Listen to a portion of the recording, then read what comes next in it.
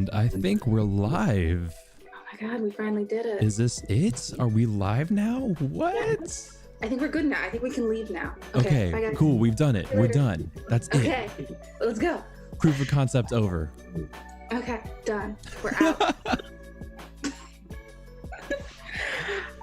So, hey, let's introduce ourselves. So I'm Jess. I'm your local ACPC. And hi, I'm Christian. I use he, him pronouns, and I'm the reservations and events assistant over at colleges 9 and 10. Mm-hmm. And this is the first ever episode of the Colleges 9 and 10 Variety Hour, which is a hopefully weekly, annually hour where we just kind of do whatever we want. Well, okay, not whatever we want. We still want to make it like, you know, we want to provide a very cool, interesting perspective on how people can engage with the college's 9 and 10 themes, which are social justice and community and international and global perspectives. Ooh, man, every time I say them, I get nervous because what if I forget them, you know? I know, right? I don't want to flub them. This is not an hour for seizing the means of production. This is not an hour for curing cancer. Are we sure? I mean, we can try, but there are smarter and much more capable people to do that for us. Hopefully. I think you're severely underestimating the power of YouTube Live. But yeah. So what are we talking about today? So most of the we're gonna be talking about two different things today. One, like healthy community competition. And one really good example of that is that I've seen and that I'm really passionate about is cubing. I don't know if anyone understands cubing. The captions have, oh, there you go. The captions picked up. But you're familiar with Rubik's Cubes, right? I mean, yes, because I grew up in the 90s, and as such, like, there were definitely a bunch of usually guys in school who were just like, if I can solve this Rubik's Cubes, it means I don't have to pass my finals because then I'm smart. Now, that's not the norm, especially not now. It's definitely changed. But yeah, so it's like it's this plastic thingy. Yeah. It's usually a square. It's like a toy. It's a toy. It's a toy. Yeah. And your goal is to like mess it up on purpose for some reason, and then fix it. Yeah, it's deceptive. You know what a Rubik's Cube is if you're watching, but it's deceptively hard. It's like one of the quintessential, like, if you can do this, you are a smart person. Not necessarily, not exactly true, but there is a lot that goes into it, and definitely is a skill of learning. And as far as we've discovered here, at least in staff, is that I am pretty good at solving them. Which means he is the smartest person on the team. No, and as that's the most underpaid. Absolutely not. Are you kidding me? So so we're going to be talking about community competition in using Rubik's Cubes as the sort of backdrop for it, because it's something that I'm interested in. It's something that I know, and it'll be useful in trying to explain what community care and community competition, healthy community competition, looks like.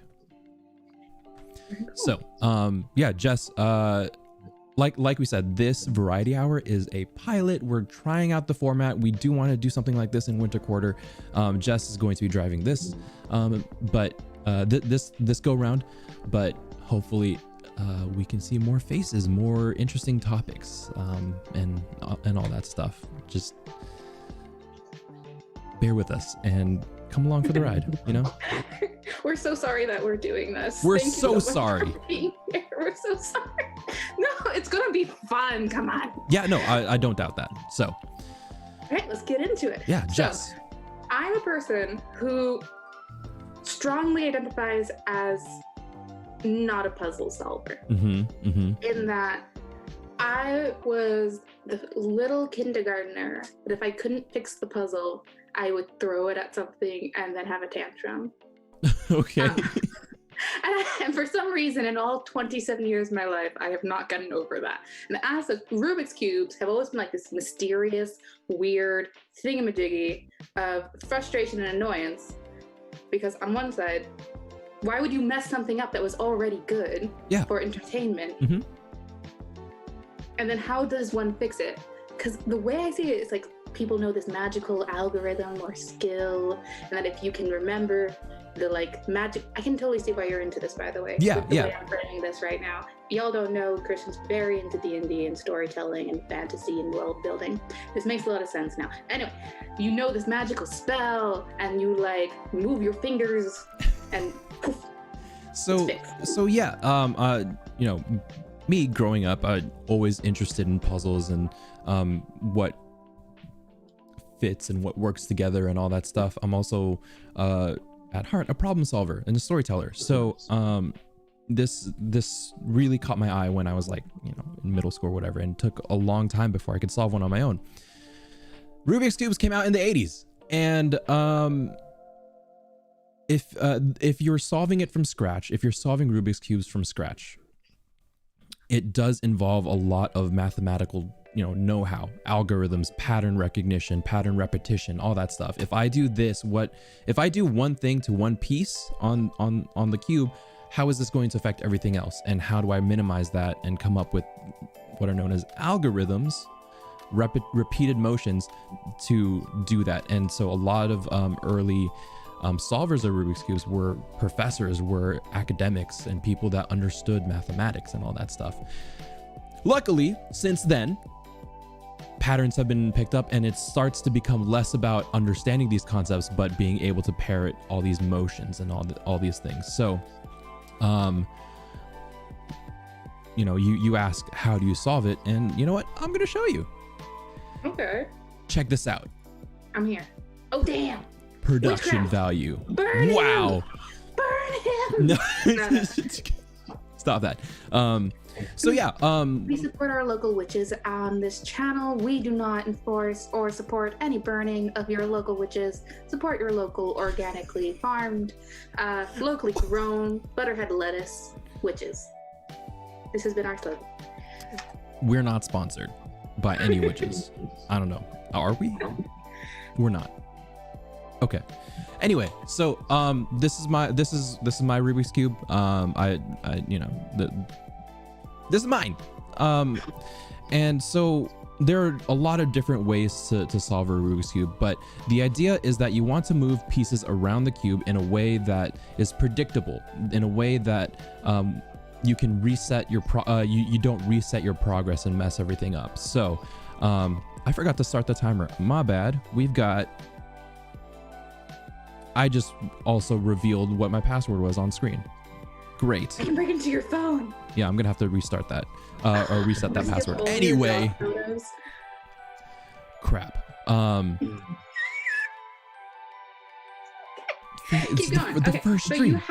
you have something that was once like good, like it wasn't messed up, and then you messed it up on purpose. Yes. And now you're gonna fix it. Now I'm Why? gonna fix it. You know, I don't know. I'm not entirely sure. I just like the idea that I'm building this skill. I'm building pattern recognition. In a way, it feels like I am improving. You know, it's growth. It's tangible growth, and also it's kind of like, you know, I can solve one of these. Not everyone can, and so that's kind of like something that I take pride in. So there are multiple ways to solve a Rubik's Cube. The way I solve it and the way most people solve it is what's known as the Jessica Friedrich method. It's where you go layer by layer. So you solve one side in one layer, go up to the second, solve a second layer. So by the time I finish explaining, I'm gonna have this solved for you. Okay. So I'll start with one layer. What I do is create. Right now I have one side that is black. I'm gonna try and solve the black side first. So doing so, I just move pieces around. It's fairly intuitive. So right now, so now I've got this cross here, and what I'm going to do now is get these corners in, but also at the same time try and solve the second layer above the black side, above the black side. So I don't know, this is also very calming to me. Like I don't know if you know this, but during Zoom meetings and stuff, when I'm trying to pay attention, I am solving a Rubik's Cube in the background, because that is what helps me keep my attention focused on what is being said, not necessarily what is being shown. And it's something that I can just do in the background. Okay, so I've got side. What the? Wait, what? I've got layers. I got the first and second layer solved. What's happened? I was here. I was looking at this. Next, okay. Next, the way I solve it is solving the top side. So the opposite of this one. And so to do that, I do what is known as an algorithm, a pattern. And then from there, I try and I recognize the pattern here on the last layer, and I apply an algorithm, another algorithm, one that will move the pieces that are out of place around without messing up, or it will mess up, but eventually I will get back to having all of what I've built already solved. So let's see, what I'm looking for right now is a pattern. So I see these two orange pieces, they're facing the same way, and so I know to look for a 2x1 block that is already solved. So this one here with the yellow pieces. Okay. And then I apply an algorithm, a pattern that I have memorized. Oh no, this is embarrassing. I lost my place. No, we're good. We're good.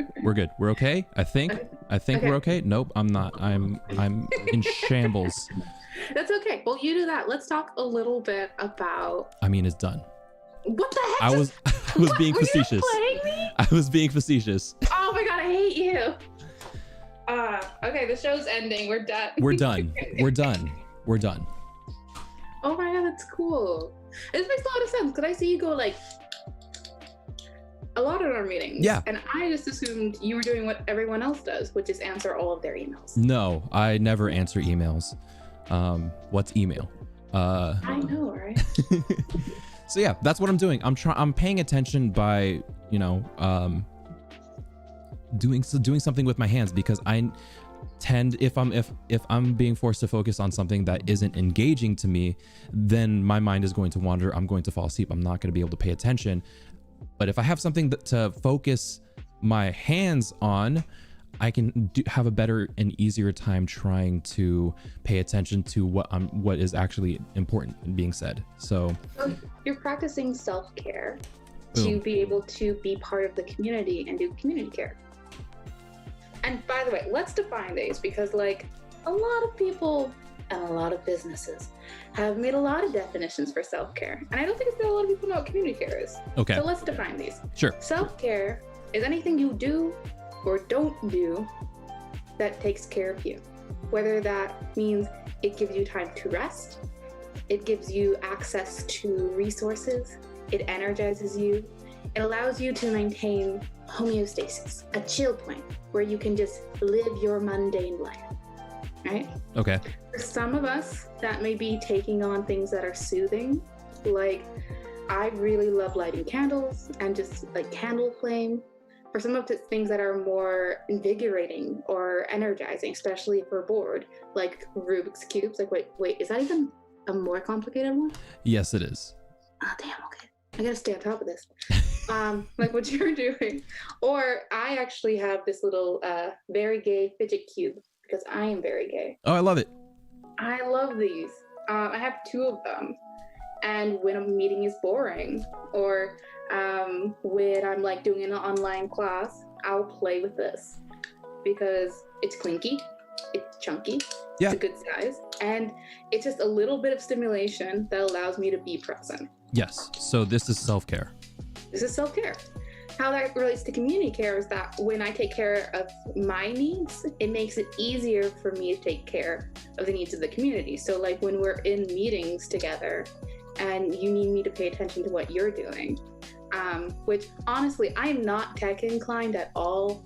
And Christian, this is not to say that you are boring or the way you present things are boring, but damn, the topic is not interesting to me. Yeah, no, that's fair. Yeah. So this is a little bit of a thing that allows me to get a little bit of stimulation in such a way that I can pay attention. Yeah. And I've noticed that when I'm able to focus a little bit easier, it actually allows whatever the other person is focusing or talking about, even if something that I'm like, I don't know what the fuck you're doing, what you're talking about, I don't care. I start getting interested in why they care about it. I start getting interested in how they're mapping it out. It's a little tool that helps me be more of the kind of person I want to be in a conversation or in like a group setting. And y'all might be thinking, that is a lot of emotional weight to place on like some bits of plastic. You know what? Yeah, it is. It's intimidating for that piece of plastic. Anyway, I interrupted you. This piece of plastic is just trying to live its mundane plastic-filled life before getting like found at like an estate 10 years from now or something like that. But self-care doesn't have to be big things. It can be little things. Yeah. And community care doesn't have to be big things either. It can be little things. So while we're talking about Rubik's Cubes, let's actually link these two conversations a little bit better. Just a tiny bit. Just a tiny bit. So how we got this idea going for this episode was we wanted something that y'all could actually watch and something we could actually talk about.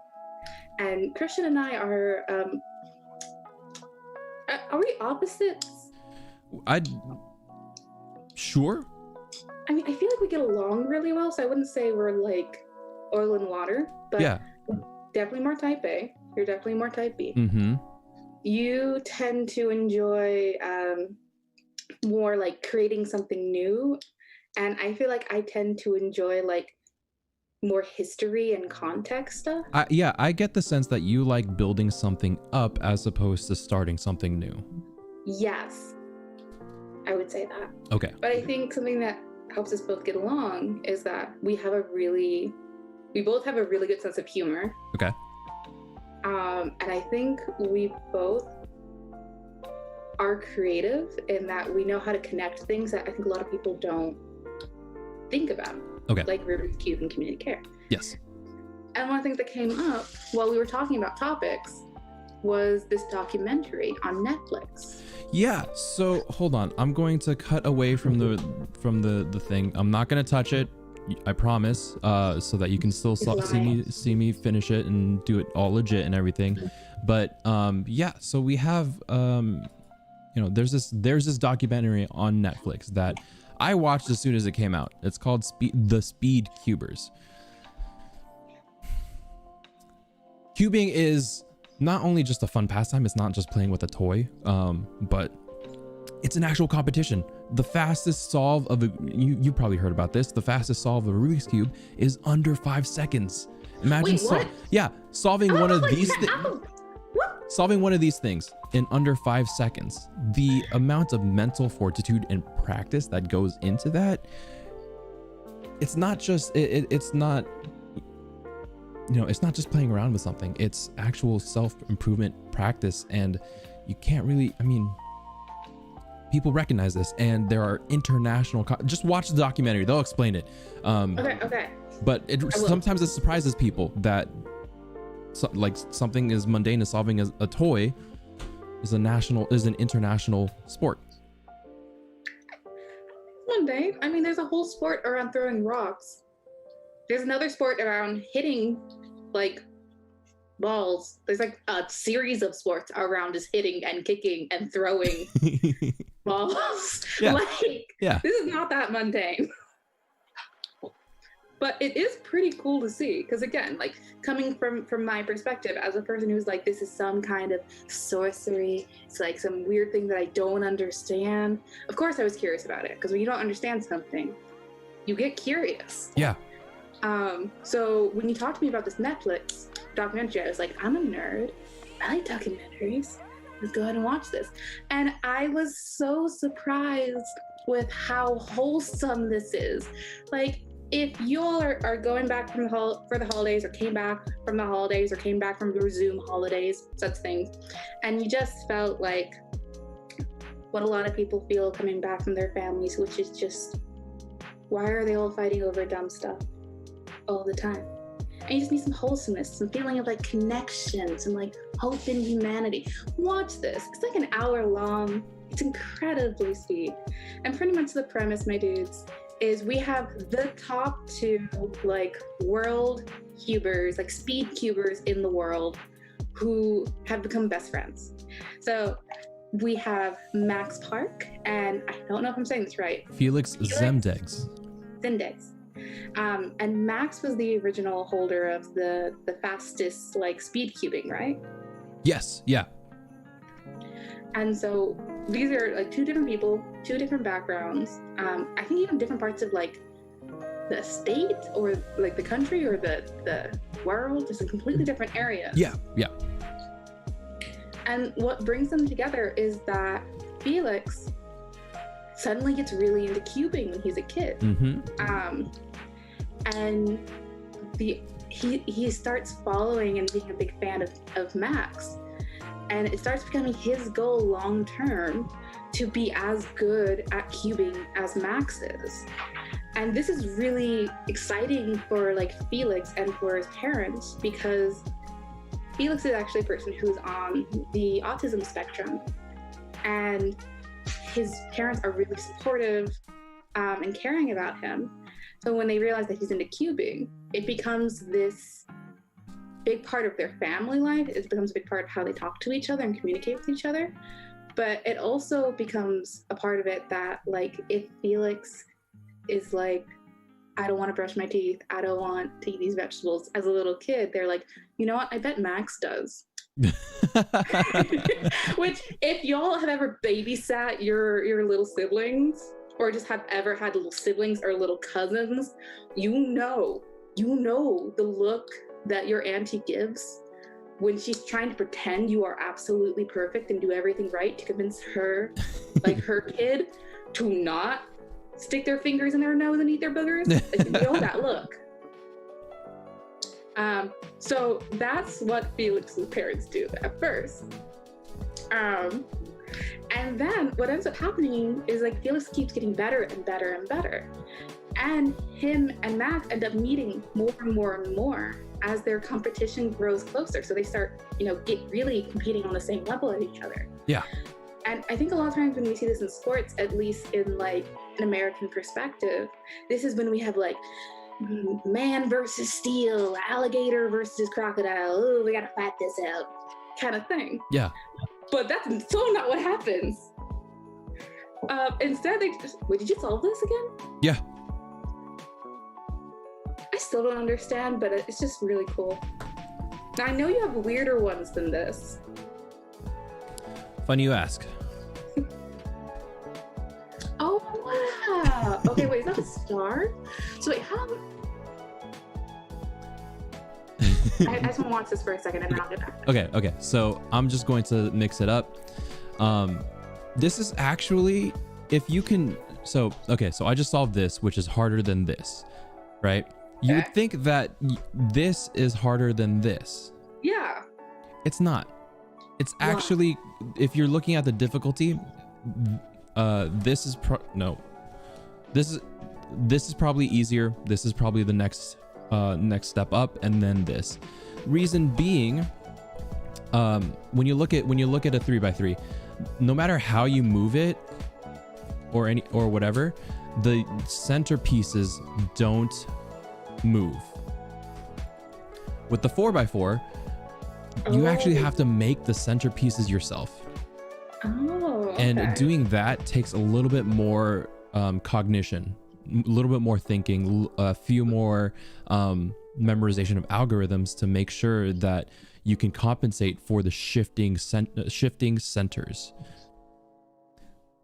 This might have more pieces and might be, bigger than this, but because of the center pieces that don't move on the 3x3, this thing, it's called a Megaminx. I'm sure. They don't move, and because you don't have to think about trying to create centers or compensate for shifting centers, this is easier than the 4x4. Okay. So you're gonna solve this in like 5 minutes, aren't you? I'm gonna mix it up for a little while, but I don't think it's gonna take me 5 minutes. It might be longer. But yeah, continuing forward, talking about more about this documentary. Okay, so what makes this so wholesome is once Max and Felix start getting to know each other, they actually become best friends. And they talk about each other like really, really positively. And one of the things that connected Rubik's Cube to communicate with this is that instead of Felix's parents being like, if you want to be like Max, you should do this, Max started also taking on like that care role with Felix. I wouldn't say care role as if this is the care, they're friends first. But just like you tell your friends, like, hey, drink the water before you have your 5th drink of the night, please. Please. Could you not hang out with people at 3 a.m. in the morning every night and ask me for a ride? Like, I'll still give you a ride, but could you not? Max takes on that role of like, hey, my dude, I'm gonna eat some veggies. You should probably eat some veggies too. We've literally eaten Coke for the past 3 hours, so that we can keep practicing this. Yeah. Let's do the thing.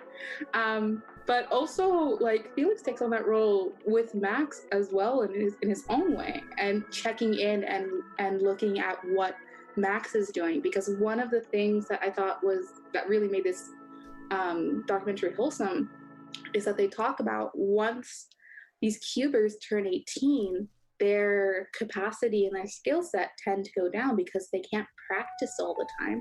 They have to start thinking about college and work and all these things. Yep. And Max just turned 18.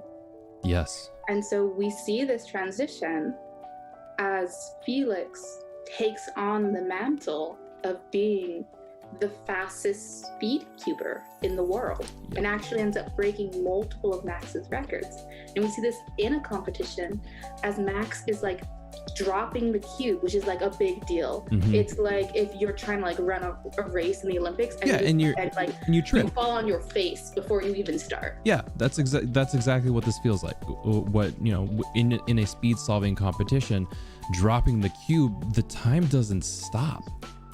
Right? So when you drop the cube, your hands are off the cube, you got to pick it back up, and it takes time to try and remember where you were at. A lot of the algorithms, a lot of the patterns are down to muscle memory.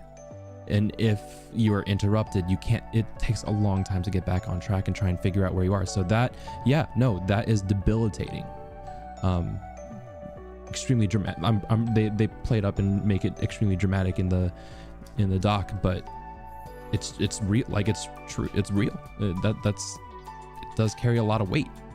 It feels that. Sorry, go ahead. I interrupted you.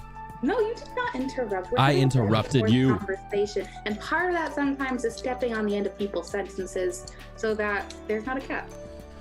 It's okay. Yeah, no, and we've learned this from Zoom as well. Oh yeah. You know, I sidetracking for a second because I think this will be relatable.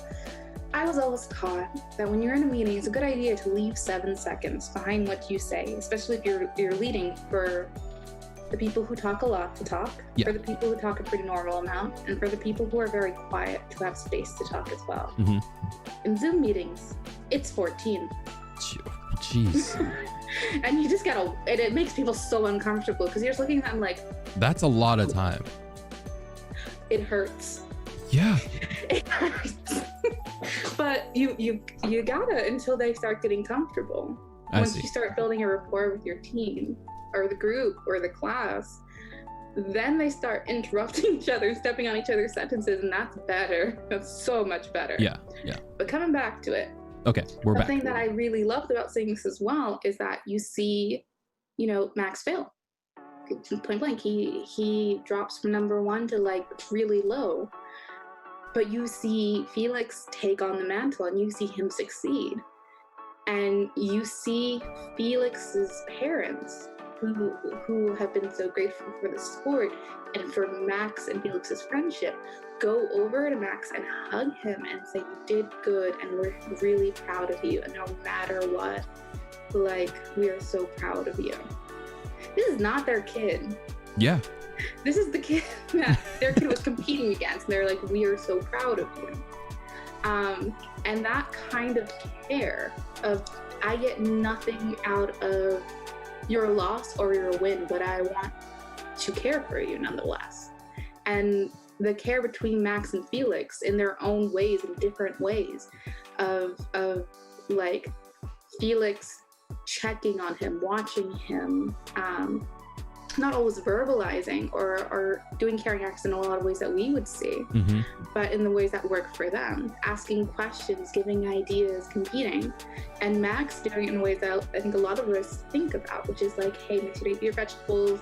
Hey, come on, we gotta sleep. Come on, we need to actually leave this room. We've been here for 3 hours. Let's go outside. It's so wholesome and sweet and nice, and to see that mantle passed down, and to see competition not in the way that I think we very much have Americanized. And this is not just in America. This is in a lot of different countries and cultures. And there are a lot of cultures in America that don't abide by this kind of competition.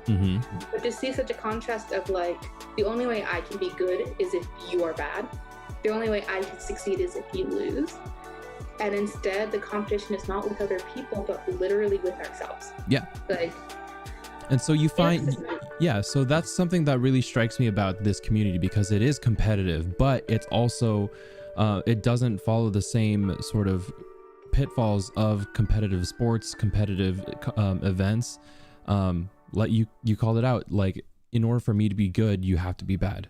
That's not what this is. It's this weird, unique phenomenon of where people are constantly trying to improve upon themselves together, you know. There are, you know, and it's largely a, you know, solo sport, right? There are some weird ones where, you know, someone takes the left hand, someone takes the right hand, you both try and solve a cube together. I'm sorry, what? Yeah, that. Christian, you haven't told. We've been planning this for weeks. You never told me this weird thing is an opt. I couldn't release all the information I know. I need a genuine reaction sometimes. So yeah, it's very unique of a space, in that regard, that the competition, while it's within yourself, you are learning and improving together. This whole phenomenon with Max and Felix is not a one-off. You see this all the time with rivalries in the cubing space, and that's not to say that this can't exist outside of you know, the competitive cube solving or competitive puzzle solving, but it's one that sticks out and is just really bizarre and weird, but in a good way, you know? Yeah, it's good in that, like, when we talk about mental health and when we talk about competition and comparison, there are a lot of different studies. So I'm not honestly going to cite one because y'all can just look this up. But there's this thing called comparison fallacy. It's when we compare what we have to what someone else has that we have identified as better, whether that be, you know, newer, higher value, actual better quality. And when we see that gap between what we have and what another person has, or even what we had, or what we think we will have at some point, it actually diminishes our ability to be really present and grateful with what is right in front of us.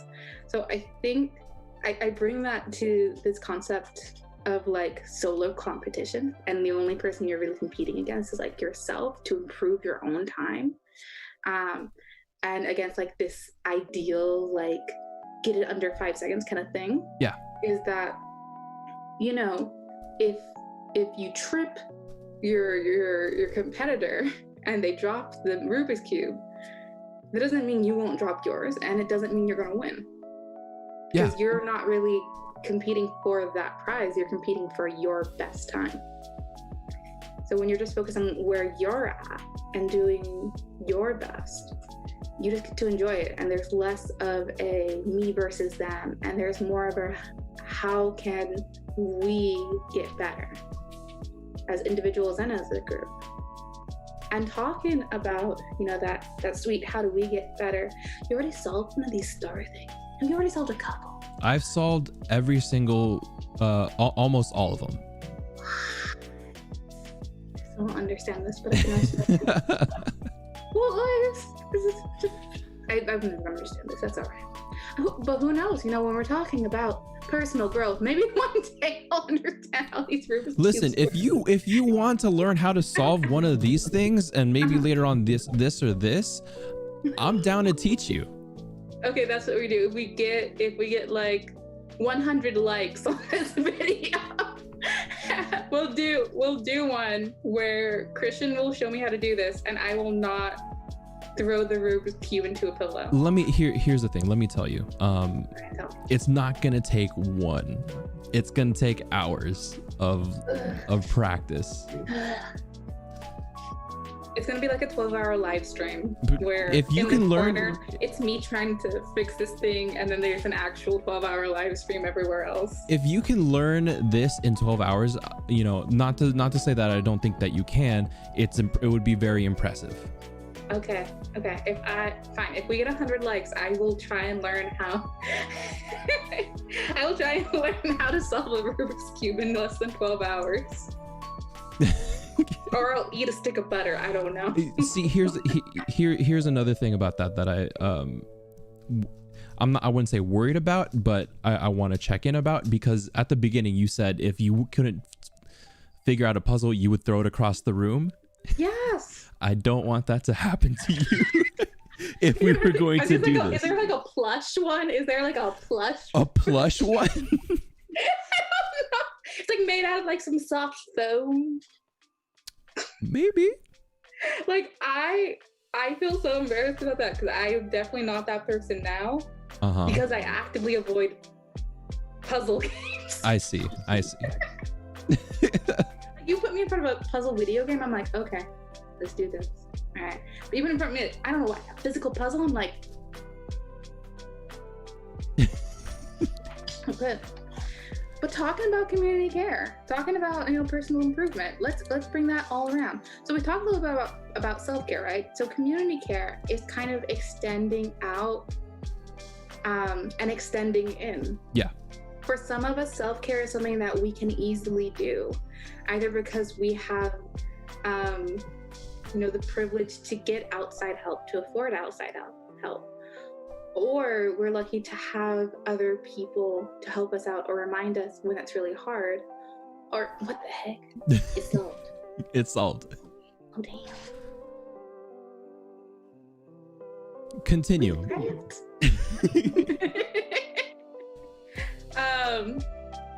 Or because we're lucky in that we're in a place where we have the resources, the energy, the focus, all these things to do these daily tasks of self-care. But for many of us, a lot of the time, simple things like getting out of bed, brushing our teeth, especially in winter, and especially during finals, especially during a global pandemic, is really, really fucking hard. And some days it could be almost impossible. So how does community care come into that? Community care is where that gap between the care you need and the care other people need gets filled in by you or by other people.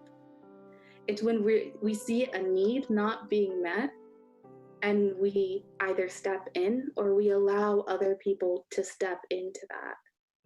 So, for example, during the summer where UCSC almost got set on fire. Oh, so yeah. That was a thing. I keep forgetting that happened. Yeah, that happened, right?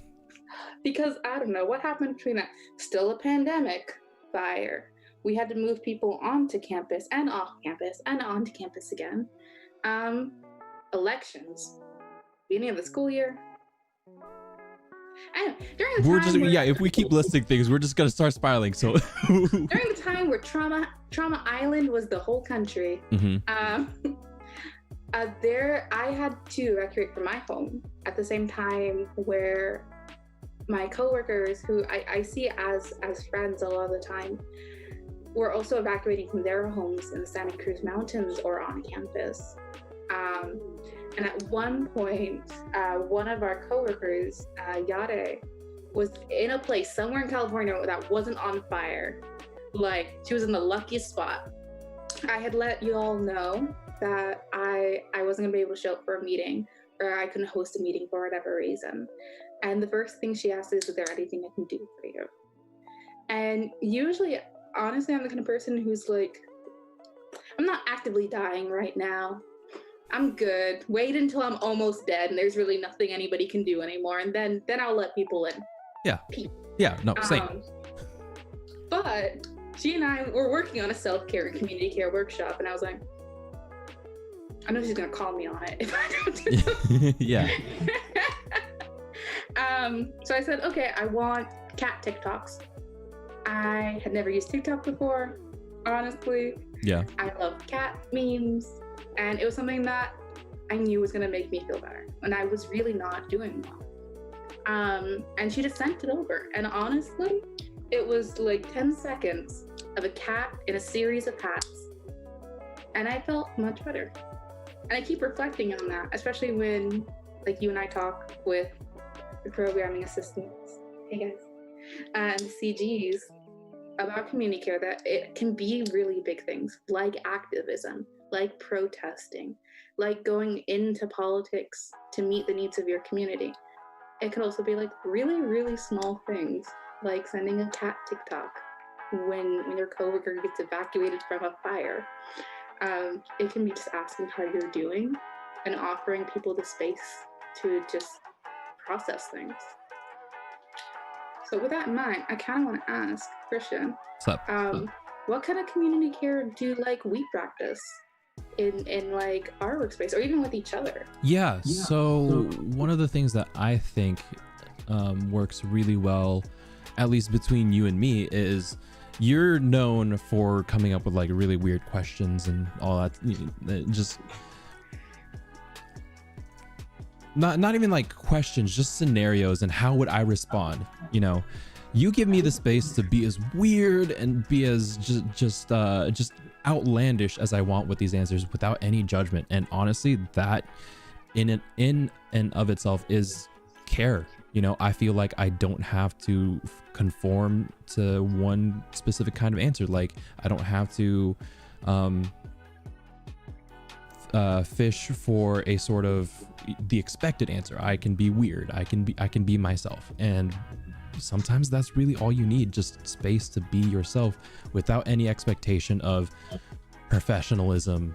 You know, we still keep it professional, but the expectation that I can be you know, I can use language that I want. I can come up with stuff that you wouldn't usually bring into a workplace conversation. Like, I don't know, I don't want to bring it here because this technically is a workplace conversation. I just cursed a lot. Yeah, Christian. I know. I think unless you can beep this out, I'm not going to. And you've been doing it this whole time. I have not been doing it this the whole time because I have to do it live. Anyway, yeah. Part of that, I believe, is community care, giving people the space to just be themselves in conversation, at least in conversation, or just present as themselves, because there's a lot of pressure to be someone that you're not in order to fit and conform to this idea of professionalism. This is something that we do for work, something that we do subconsciously because it's part of the system that we've built up at this institution, you know? And that's not to say it's bad. There is need for it, but there is also need to be able to present as yourself. And that, I think, is really good care. Oh, that's so sweet to hear. I don't think you've told me that, and I really like hearing that. I haven't told you that. I feel like I told you that. Well, Christian, you are definitely a person who speaks more with actions than words. It's true. That's me. So I've noticed it, but I'm definitely a person who speaks more with words than actions. So it's nice to hear. I feel like for us, at least in our workspace, something that I really like is that this year, like a lot of people, I've been having some health things come up. And I'm very grateful that in our work community, like you, me, and, you know, the big boss. Yeah. Mr. Tim. Yeah, Tim. I can just go over and be like, hi, I'm having a rough health day. What do I absolutely need to get done today? And what can I not? And you guys will just be like, I feel like the first questions you two always ask is like, how bad is it? Are you sure you can actually work today? something that I've have found that noticed about myself is whenever someone asks me, you know, I can't do this, or like, you know, I'm having I'm having a hard time bearing what is on me right now. The first thing that comes to mind for me is, okay, what can I do to help? And I verbalize that. I try and say like, okay, cool. Like, what do you need for me to fill in for? You know, that's where that comes from. And it's community care. Like, I think at first, when I first heard you guys ask that, I was like, are y'all thinking I can't do shit just because I'm having some health? Don't even. I can climb a mountain and kick a bear before y'all hit the top on my worst day. That's not true. I really can. Okay. But now I just see it as like, okay, this is a moment to reflect, like, am I really in this space right now? Because I trust my team and I trust my community to, one, not magically set on fire overnight, though again, in July, we did not know. But like, if I leave, y'all are gonna be fine. Like, nothing's gonna set on fire. I might be harder for you all for a day. Just like if, you know, you left on a day, it would be harder for us to manage some things, but we'd figure it out. Yeah.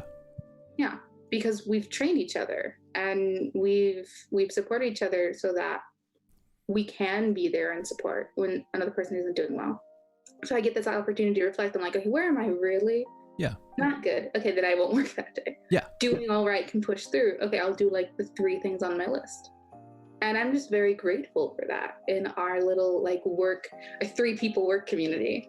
Because it also means that when our students come to me and say like, hey, I'm having a rough day, just a rough day, I feel very comfortable in saying like, you know, take the day. Yeah, we've built up this this norm of the person comes first. We can figure out, you know, and we can figure stuff out and tread water until someone's able to come back and really fulfill the role again.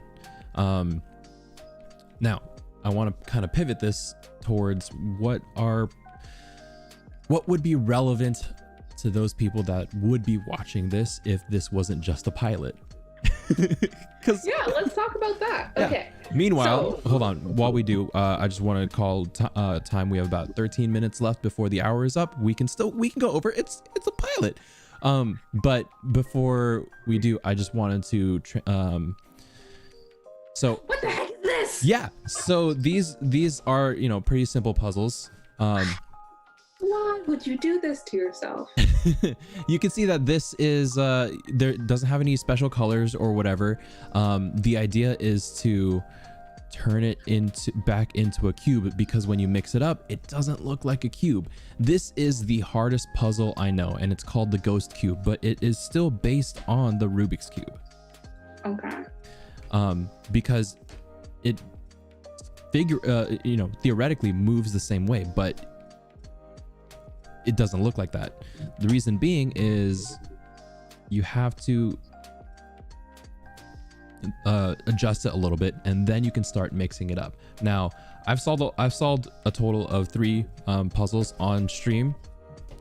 I'm not gonna get this done, so I just wanted to show everyone that with practice, you can start taking on more and more difficult and more weird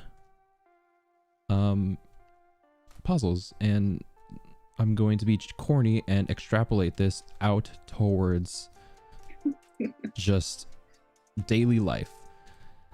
It looks nothing like it used to, and eventually, maybe not within this stream, but eventually within the next, I want to say like 2 days or so, I'll be able to get this solved again, and I'm confident in that because I have practiced it.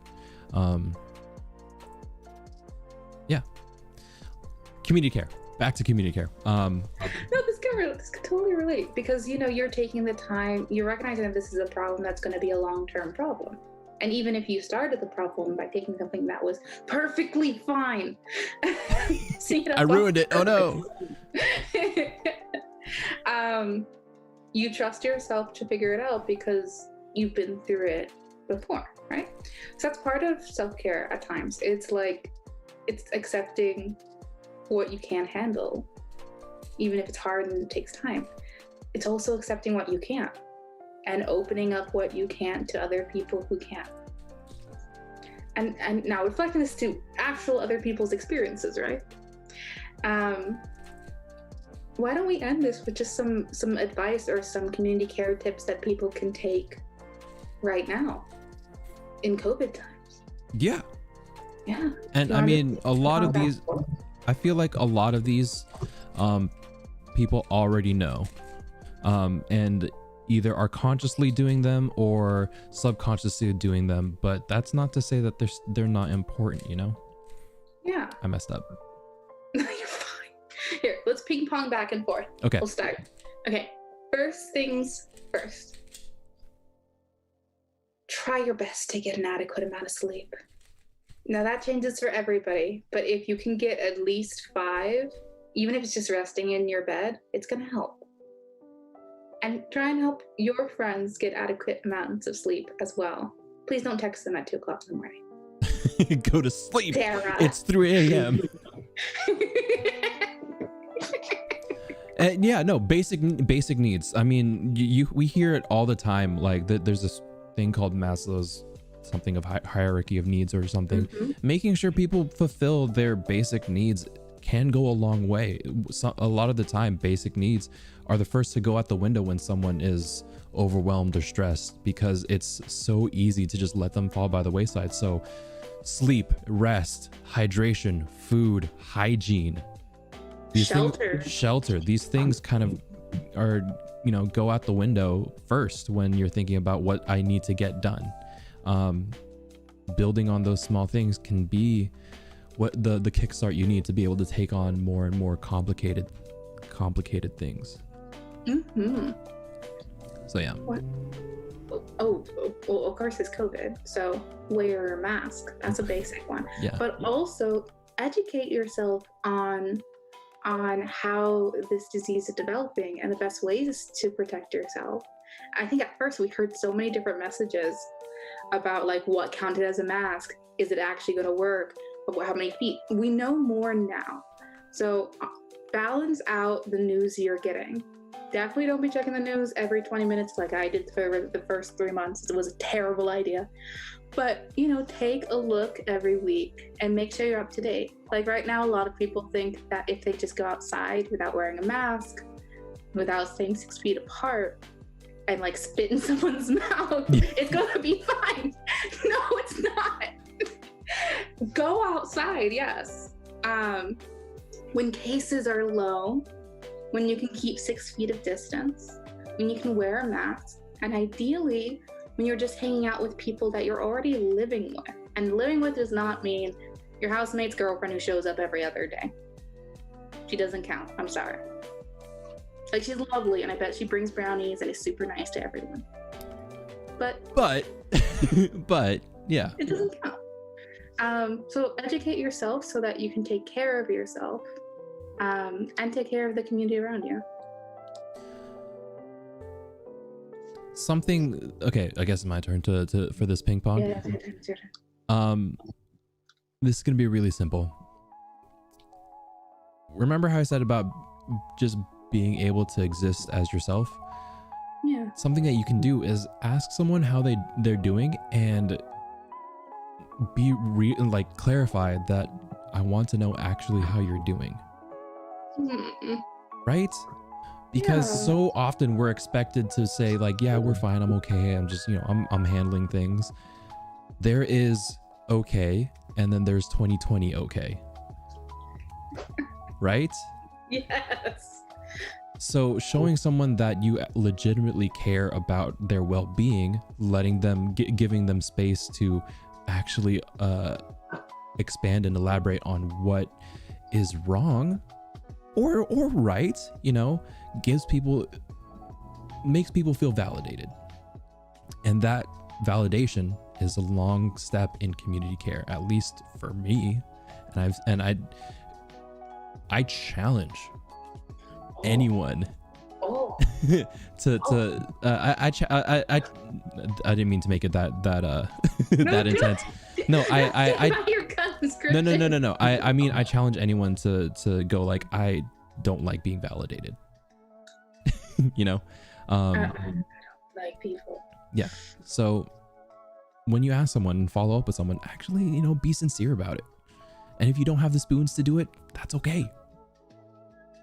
Yeah, it totally is. But that's something small that you can do, and that I've seen work to great lengths. Aw, I love that. So we got 5 minutes. Oh yeah. 5 minutes left. At this point, I feel like we should be wrapping up. Yeah. Okay, so how about this? Let's close down with our closing sentence that we actually didn't think of, so we'll just have to make one up right now. And then we will outreach for an event happening tomorrow. Yeah, and now we'll see you all next time. Yeah, so this is the space for announcements, and then we'll sign off. We'll sign off. Yeah, we're good. We're good. Okay. Well, I'm Jess. Cool. And this is Christian. Cool. I'm Jess, and this is Christian, and this is the College's 9 and 10 Variety Hour. And if you're lucky and you like this, we're gonna. Oh, hey, Yade. I see you in Yade! the chat. Hey! This whole time. Where did you even get this? You don't work here anymore. Anyway, okay. We need Okay.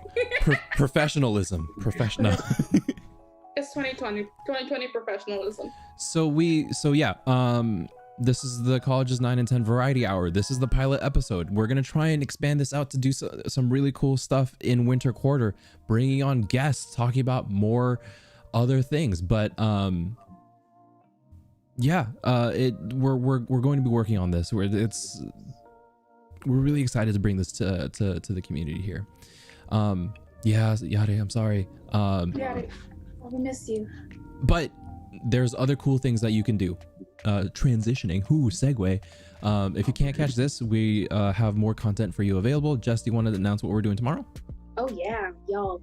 So across the colleges, the campus, and the departments, we have joined together as a university to fund a live virtual From the Quarry concert tomorrow, December 4th at 6 p.m.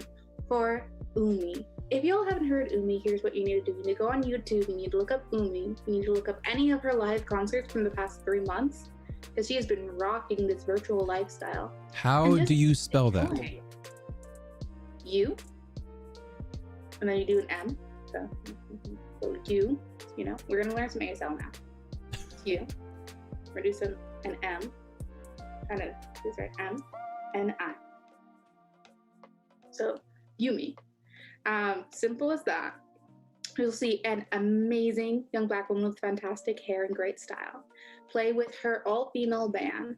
And just, if you like lo-fi, if you like chill hip-hop or jazz, if you like not stressing out about finals or all the other stressors in your life and want to be lulled into a false sense of security in a really nice way, you need to come and check us out tomorrow. It's completely free. You just have to register and show up. And yes, bring your friends. I think that's it. Yeah. Yeah. That's great. This was you, and this was me, and this was us. And hopefully we'll see you all again next quarter. Thank you. And yeah. Community care, all that stuff. Bye. Bye.